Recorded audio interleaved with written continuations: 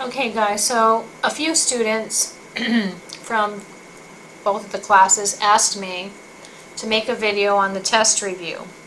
So here's the deal. I don't mind doing videos for you guys. However, if you're going to sit in my class and sleep, not do your work, you're on your cell phone the whole time, yada yada yada, then don't expect me to make videos, okay?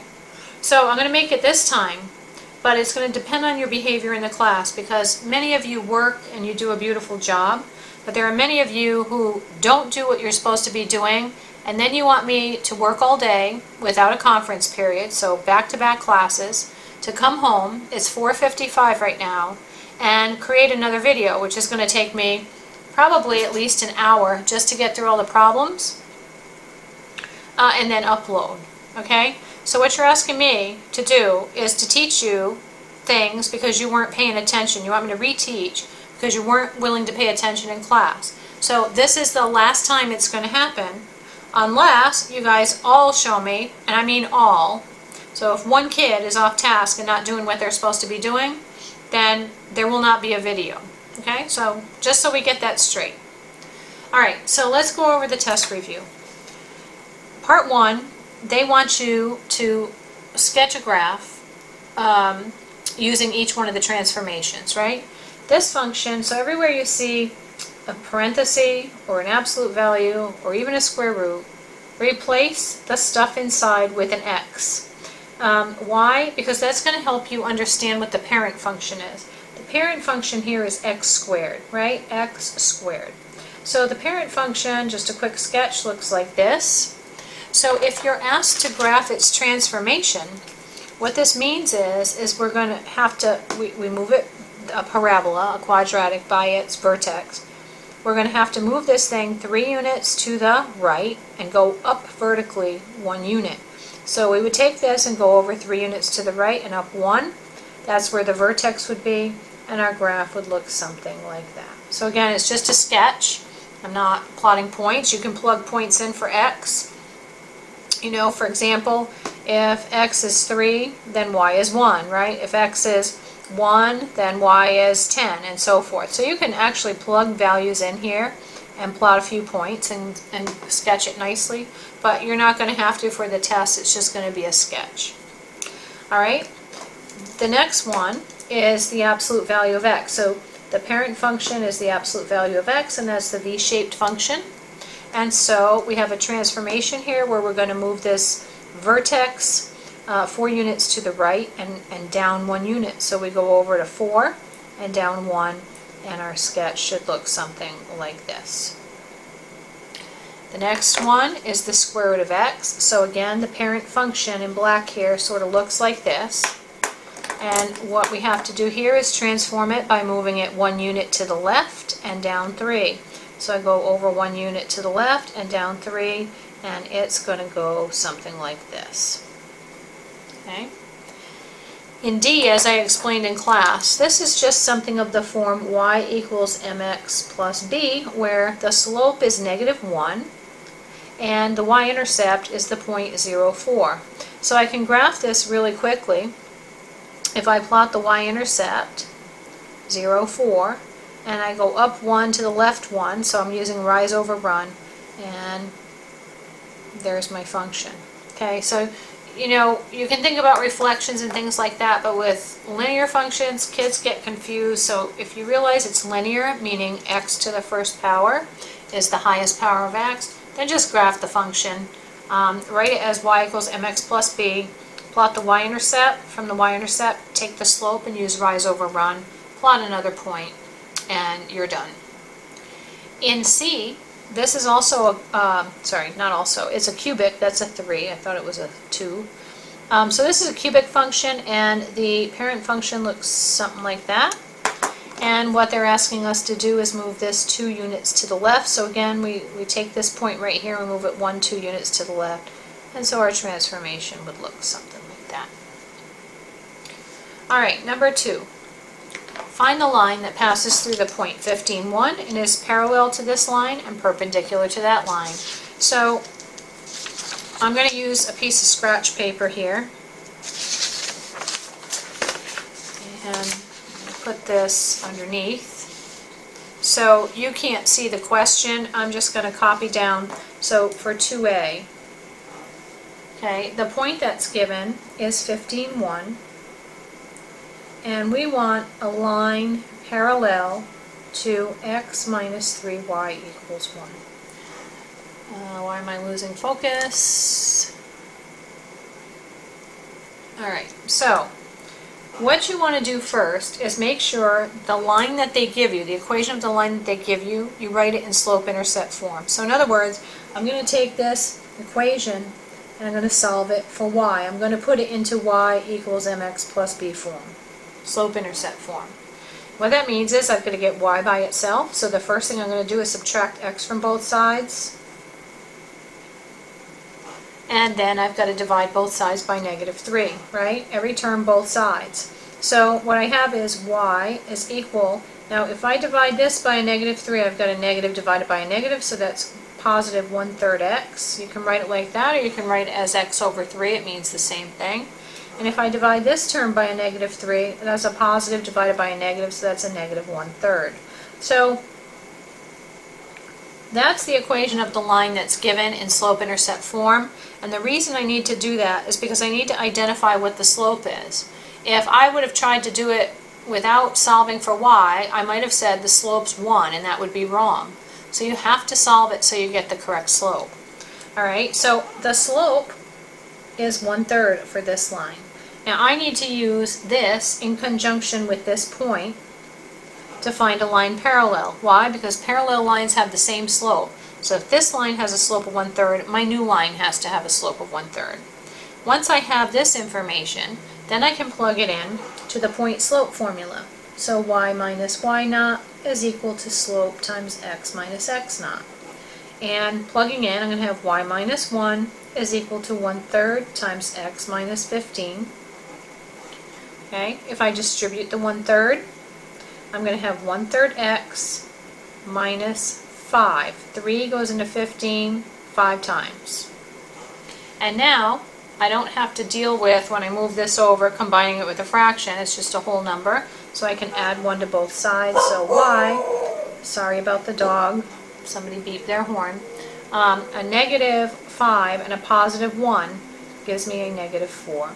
So the equation of a line that's perpendicular to this line that passes through the point, here it is, 15,1, is this equation right here. This is the equation parallel to that line. Now in part B, they want you to use the same point, but they want you to find the equation of a line that's perpendicular to this line. So again, I need to take this thing and put it in slope-intercept form. So 3y is equal to -5x plus 5, so I just moved the 5x over. And now I got to divide everything by 3. So y is equal to -5/3 x plus 5/3. This is the slope-intercept equation of that line. I need to find the equation of a line that's perpendicular to this. Again, I need this slope. So if this slope is -5/3, then the slope perpendicular, we flip the fraction and we change the sign. It's negative here, I flip it and I make it positive here. Okay, so I need this slope and this point to create my line equation. Again, I'm going to plug it into point slope formula. So y minus 1 is equal to 3/5 times x minus 15. If I distribute the 3/5, I'm going to have 3/5 x. Now again, how I do it, and I'll do this over to the side, it's 3/5 times -15 over 1. How I do it is I see, can this denominator divide evenly into the 15 in this case? And if it does, I just automatically cancel it. So I know that 5 goes into 15 -3 times. So 3 times -3 gives me -9. And then I can add the 1. So I get 3/5 x. If I add 1 to a -9, I get a -8. This is the equation of the line perpendicular to the given line that passes through the point 15,1. Okay, in part 3, you know, which equation represents y as a function of x? A, B, and C all represent the equation y as a function of x. D does not, nor does E. So whenever you have y squared, y cubed, absolute value of y, something weird to do with y, we say no. And we'll talk about it more later. Okay? Number 4, we have to find f of x plus 3 minus f of 3 given the function. Okay, so again, I'm going to do this on scratch paper. Put this up here. Okay, so the function that they're giving us for number 4 is x squared plus 2x minus 3, and we want to find f of x plus 3 minus f of 3. So in other words, what we have to do then is we have to evaluate this function by plugging x plus 3 in for every x. So let's do that. F of x plus 3 is equal to x plus 3 squared plus 2 times x plus 3 minus 3. So notice, everywhere there's an x in my function, I'm plugging in x plus 3. Now if I expand this out, I have to FOIL. This is not x squared plus 9. This means x plus 3 times x plus 3. Right? Plus 2 times x plus 3 minus 3. So if I FOIL that out, I'm going to have x squared plus 6x plus 9. If I distribute this 2, I'm going to have plus 2x plus 6 minus 3. And I can clean it up a little bit. I'm going to have x squared. I can combine these two, 6x and 2x is a positive 8x. 9 and 6 is 15, minus 3 is a positive 12. So f of x plus 3 is x squared plus 8x plus 12. Now I have to evaluate f of 3. F of 3 means I plug a 3 in everywhere I see an x. So that's what I'm doing. 3 squared is 9, plus 2 times 3 is a 6, minus 3. So this is 9 plus 6 minus 3. 9 plus 3 is 12. So now I have my f of x plus 3, and I have my f of 3. And now I can just pop it into this little formula. F of x plus 3 minus f of 3. The 12s are going to cancel, so you get x squared plus 8x. Done. It's that simple. In number 5, you're asked to determine the range or find the range of this function. Okay? The range are the y values from the lowest y value on the graph to infinity, if that's how far it goes. This point right here is the point 0, negative 2. This point right here is the point 0, negative 2. And if I look at the graph, this is the lowest y value on the graph, negative 2. And then as x, when x is 0, y is negative 1.5, and when x is 1, y is 0. When x is 2, y is bigger. So what's happening is the y values keep increasing here. So what I know is that the range is going to be going from negative 2 inclusive, because that's a closed circle, all the way to infinity. In infinity, we never make a bracket. In number 6, you have to determine the intervals in which the function is increasing or decreasing. Well, I know that f is decreasing on the following intervals. From negative infinity, so this is decrease in blue, from negative infinity to negative 2. And it's also decreasing from 0, so you're using the x values here. It's decreasing from 0 to infinity. Okay? Oops, sorry. And then where is this function increasing? This function's increasing from negative 2 to 0. So when x is negative 2 to 0, so I'd say the function is increasing from negative 2 to 0. There's no constant. The function is never constant because constant functions are horizontal lines or little flat spots that are horizontal in the graph, and you don't see that here. And in number 7, this is a transformation with a clear graph, and so you have to write the equation for that. Well, I know the parent function to this, the parent function is the square root of x. now the parent function starts at the origin and goes kind of like this. So the question is, what happened between here and here? Okay, well, it was moved horizontally 1, 2, 3, 4, 5, 6, 7 units to the left. So I know that I would do x plus 7, right? It's always opposite the sign you see underneath the radical. And then it looks like it was moved up 1. So vertical shifts are just the constant that hang outside. So there's my plus 1. Okay? Let's go to the next page. On the next page, we have a graph here, and we're asked to identify the output values or the y values of the graph. What happens if I plug, what happens when x is -4? So be careful again, the origin is right here. Okay, this is the x-axis here, this is the y-axis here. So this is the origin, so I need to start here. Well, if I go over, when x is -4, 1, 2, 3, 4, what is the value of the function? What is the y value? When x is -4, y is 1, 2, 3, 4, 5. So that's the point, -4, 5. Okay? What is the y value? What is the height of the function? When x is -2, so f of -2, when x is -2, what's y? Well, I go over to -2 and up 1, and that's that point right there, so that's the point -2, 1.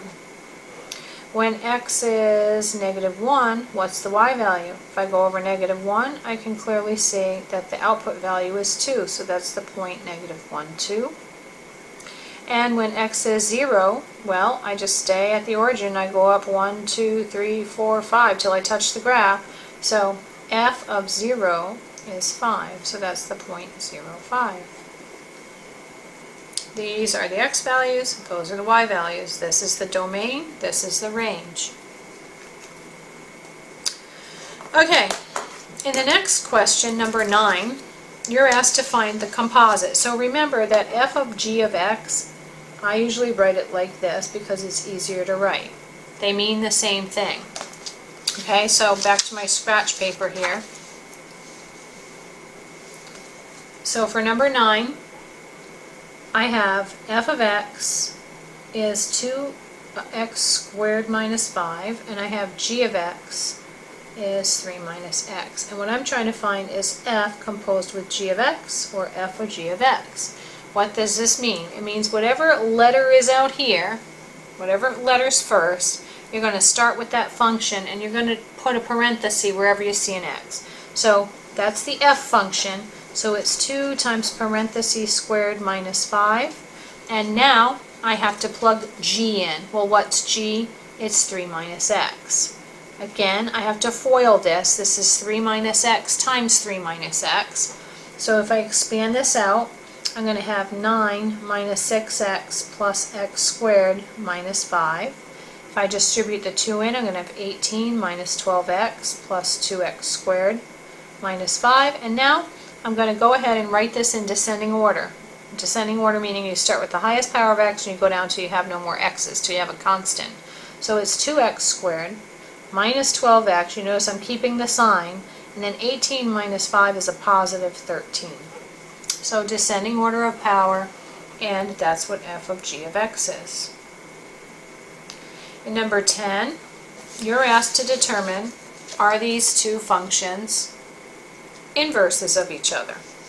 In order to show whether or not a function is an inverse of the other, you have to show that f of g of x equals x, and you have to show that g of f of x also equals x.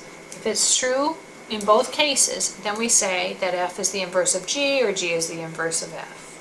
Okay? So f of x is 2x plus 5 over 3, and g of x is 3x minus 5 over 2. So I'm going to do f of g of x first. So that's 2 parentheses plus 5 over 3. And what am I going to plug in here? I'm going to plug in 3x minus 5 over 2. And what I want you to know in this particular case, it's pretty easy to clean up. The 2's are going to cross cancel. Alright? The 5s, negative 5 plus 5 is going to cancel. So on top, or in the numerator, you're left with 3x over 3. The 3's cancel, so you're left with x. So that way it works. Now, we're going to do g of f of x. And that means I start with the function g, put a parenthesis wherever I see an x, and now I'm going to plug in f, which is 2x plus 5 over 3. Again, these 3's are going to cancel. Positive 5, negative 5 cancel. So I'm left with 2x over 2. The 2's will cancel, and I get x. So since I get x in both cases, I can say that f is the inverse of g, and g is the inverse of f.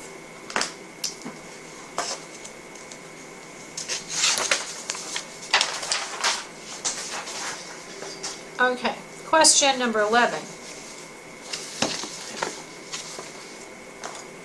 Question number 11, we're given a function again. We want to find the inverse now. So showing that the inverse exists is different than finding the inverse of the function. So let me write this down on my scratch paper. F of x is equal to 1/2 x squared plus 3. We want to find the inverse. So the first step is always rewrite y equals f of x. In other words, if you have f of x, g of x, whatever the name of the function is, change it to y. So I'm going to write this as y equals 1/2 x squared plus 3. The second step is to swap x and y. So, in other words, I'm going to call this x and I'm going to write a y there. So x is equal to 1/2 y squared plus 3. And the third step now is to solve for y. And what does that mean? That means get y by itself and everything else over to the other side. So I need to isolate y here. So the first thing I'm going to do is subtract 3 from both sides. So I'll have x minus 3 is equal to 1/2 y squared. Now, on the left side, I'm going to put that in parentheses. Why? Because in order to get rid of this coefficient, I have to multiply both sides by the reciprocal, or 2. I have to multiply this term by that 2 and that term by that 2. So I always tell kids, if you have more than one term on the left-hand side, put it in parentheses because you're going to have to square or square root or whatever it is you're doing to both terms. So now, to remove this 2, I'm going to multiply this side by 2 over 1, and I got to multiply this side by 2 over 1. On the right-hand side, that cancels that out, and I'm left with, if you want, you can distribute 2x minus 6 on the left. Now how do I get rid of or undo a square? I take the square root of both sides. So, excuse me, what I'm going to have here is y equals root 2x minus 6. That's it.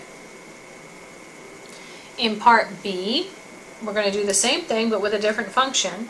They're telling us that g of x is equal to x minus 4 cubed, and we want to find the inverse, which is g inverse of x. So the first step is I'm going to rewrite this as y equals x minus 4 cubed. The second step says swap x and y, so x equals y minus 4 cubed. And the third step says solve for y. Well, y is in parentheses raised to the third power. So I can't just go adding 4 to both sides. I actually have to take the cube root of both sides. When I take the cube root of something cubed, right, so just remember, if I take the cube root of the right-hand side, when this index matches that power, they cancel and the stuff inside comes out. Alright, at this point I can add 4 to both sides, and I'm done. That's it. This is the inverse of that. How can I prove it? How can I show myself? How can I check my work? Well, I can take g and compose it with the inverse to see if I get x, and, so that means and in math, I can take g inverse and compose it with g to see if I get x. Right? So in other words, I could take g and compose it with the inverse first. So that would be, oops, I forgot my 4, plus 4. So I could say that this is the cube root of x plus 4 minus 4 cubed. And the 4's are going to cancel, so I've got the cube root of x cubed. And again, the index matches the power, so I get x. Oh, I'm sorry, I'm out of the screen here. And likewise, I could take g inverse and compose it with g.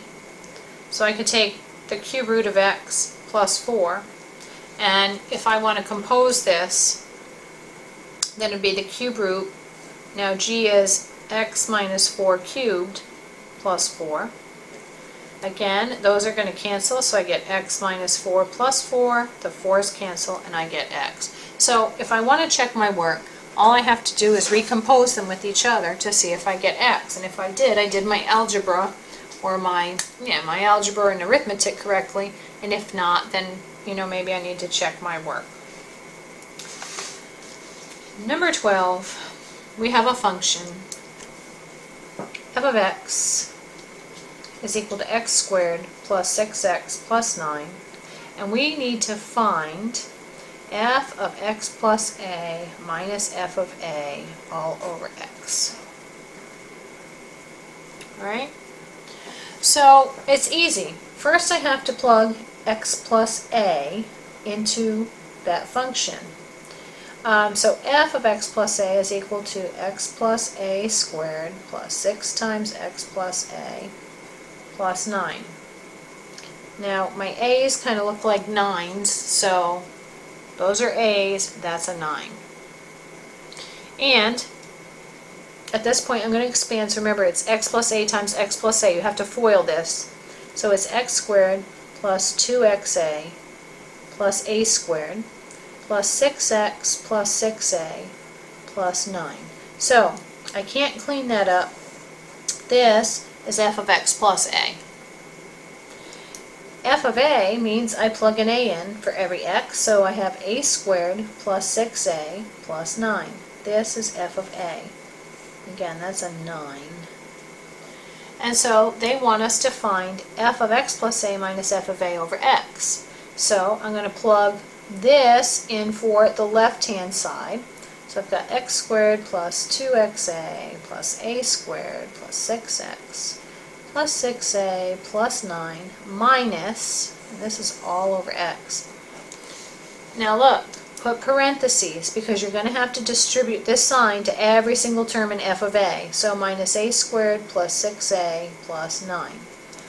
And at this point I'm going to distribute this to every term. So I'm going to have x squared plus 2xa plus a squared plus 6x plus 6a plus 9. A negative times a positive a squared gives us minus a squared or negative a squared. A negative times a positive 6a gives us a negative 6a. And a negative times a positive 9 gives us negative 9 all over x. And now I'm going to cancel some stuff, right? What I see is that the 9's are going to cancel, the 6a's are going to cancel, and the a squares. They're opposite in sign, so they're going to go bye-bye. And what I'm left with in the numerator is x squared plus 2xa plus 6x all over x. And what I see is I can factor out an x on top. So I'm going to have x times x plus 2a plus 6 all over x. And now I can cancel out an x for an x. And so the final answer is just x plus 2a plus 6. That's it. We just have to be really careful with our signs and when we FOIL that we don't make a mistake, because they happen. Alright, so let's see. Number 13. So I stopped, I believe, on 12 in both classes. So I said I would definitely do 13 to the end. So number 13. 13 gives you a function, f of x is x squared plus 5x minus 10, and we want to find all the values of x for which f of x equals 4. Okay, so what you're going to do, what you're going to do is you're going to set these two things equal to each other. So we're going to say x squared plus 5x minus 10 equals 4. Okay? And if I subtract 4 from both sides, I'm going to have x squared plus 5x minus 14 equals 0. And now I'm going to have to factor this. It's easily factorable. Right? The factors of 14 are 7 times 2, and 7 minus 2 is 5. I just have to put the signs in the right place. Well, look, this is positive and that's negative, so the only way to get a negative third term is one of these has to be positive and the other factor has to be negative. The question is, I'm going to use 7 times 2, or 7 and 2, the factors of 14. And I need a positive 5, so that means you put the biggest factor by the positive. So 7's going to go here and 2's going to go there. And if I FOIL it out to check, I'm going to have x squared minus 2x plus 7x minus 14. And if I clean those two up, that'll give me x squared plus 5x minus 14. Bingo, that's what I started with. Okay, so what I have here then, so this is just a check right here. This is a check to make sure I factored correctly. You can just FOIL it back together and see if you get what you started with. So I need to go back to this thing right here.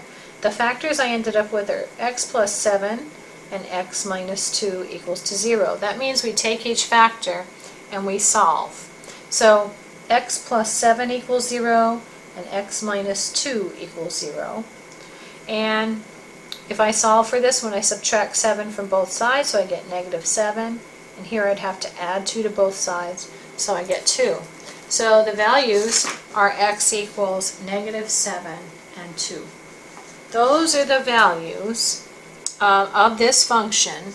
So these are the values of this function that if I plug it in, I get a 4. Let's see. Let's plug in the 2. F of 2 is equal to 2 squared plus 5 times 2 minus 10.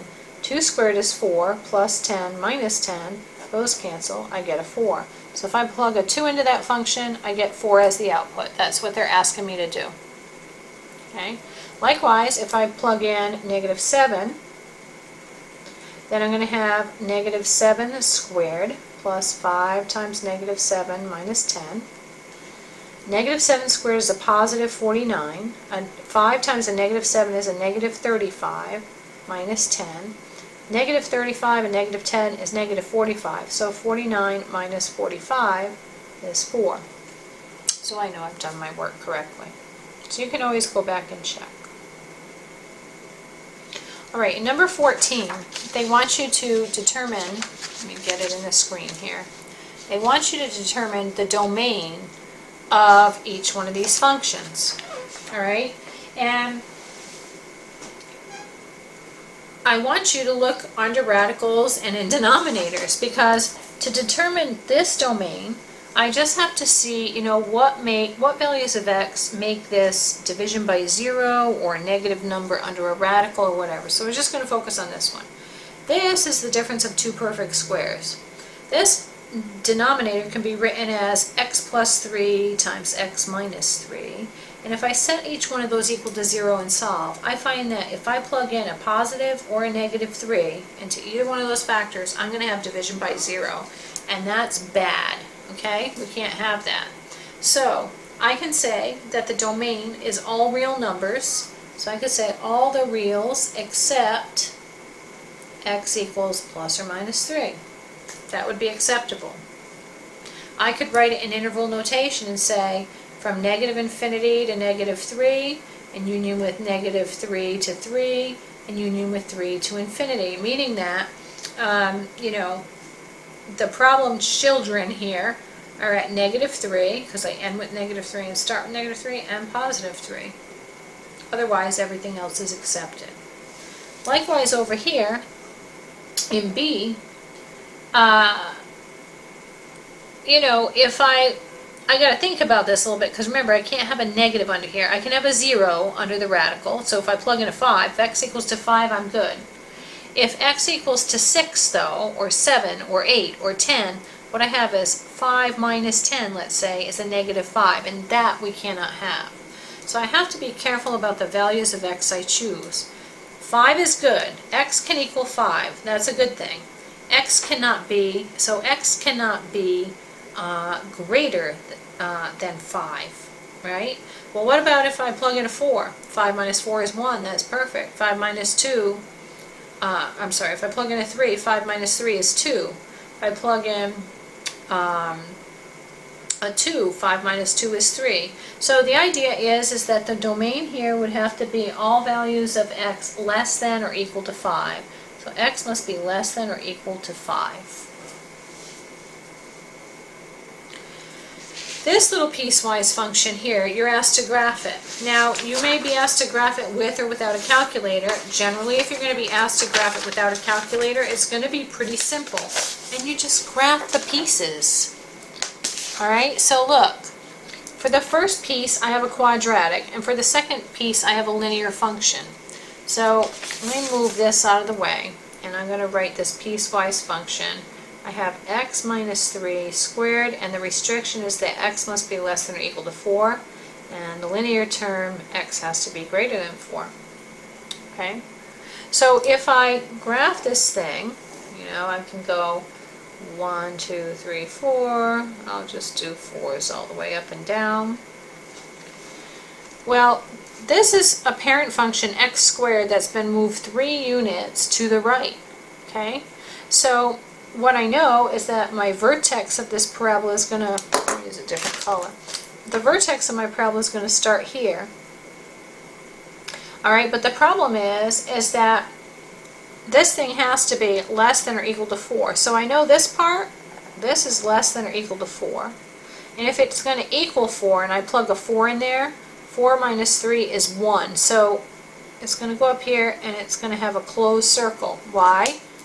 Because it's less than or equal to. So that's the first piece. The second piece is a linear function with a y-intercept of 0 and a slope of -1.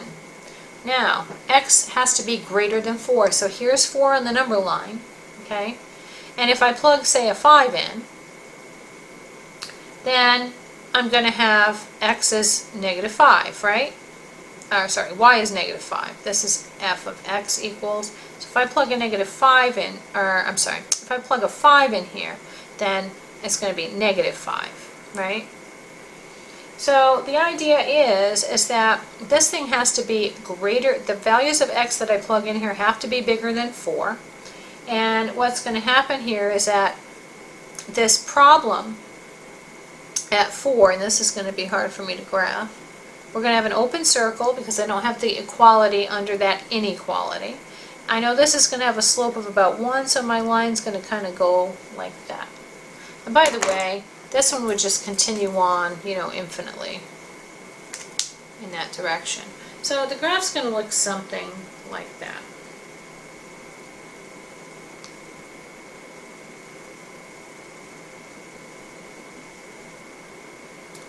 What else? Number 16, the final problem. In number 16, you're given that f of x is equal to x squared, g of x is equal to 2x minus 7, and you're asked to find f plus g, f times g, and f minus g of 5. All very simple problems. Let's do f plus g first. That means take f and add g to it. You're done. There's nothing else to do. I can't combine anything. We don't have to factor. It's done. Right? F times g, well, that's f times g. So it's just a matter of distributing what's on the outside to what's on the inside. X squared times 2x is 2x cubed, and x squared times a -7 is a -7x squared. Again, that's it. I'm done. This one you might find to be a little more complicated. It's f minus g of 5. Another way you can think of that is as follows. You can think of, sorry, I'm repositioning. Sitting for a long time kills me. You can think of repositioning this 5 here. And I just decided on a whim I'm not going to talk about that. So let's look at f minus g of 5. What I want to do is I want to subtract g from f first. I want to find f minus g. So let's do that. F minus G means we take F and we subtract G from it. Okay? And that means I'm going to have to apply this sign. So x squared minus 2x plus 7. This is F minus G. And now I want to evaluate this difference when x is 5. So all I have to do, is I have to plug in the 5 in for every x. So that's going to be 5 squared minus 2 times 5 plus 7, which is 25 minus 10 plus 7. Negative 10 plus 7 is a negative 3, so 25 minus 3 is 22. That's it. So I hope you found this helpful. I hope that you study. And again, all the concepts that are on this review sheet, that's what you're going to be tested on. The graphs, of course, and the numbers and the functions will be different, but essentially it's going to be very, very similar to what's here. Alright? Don't wait till the night before, because then it's going to be too late. Even at this point, if you haven't done any studying, it's almost too late. So you need to crack the books so that way you can do well, because it is a test and it is heavily weighted as opposed to quizzes and homework. Alright? Have a good night.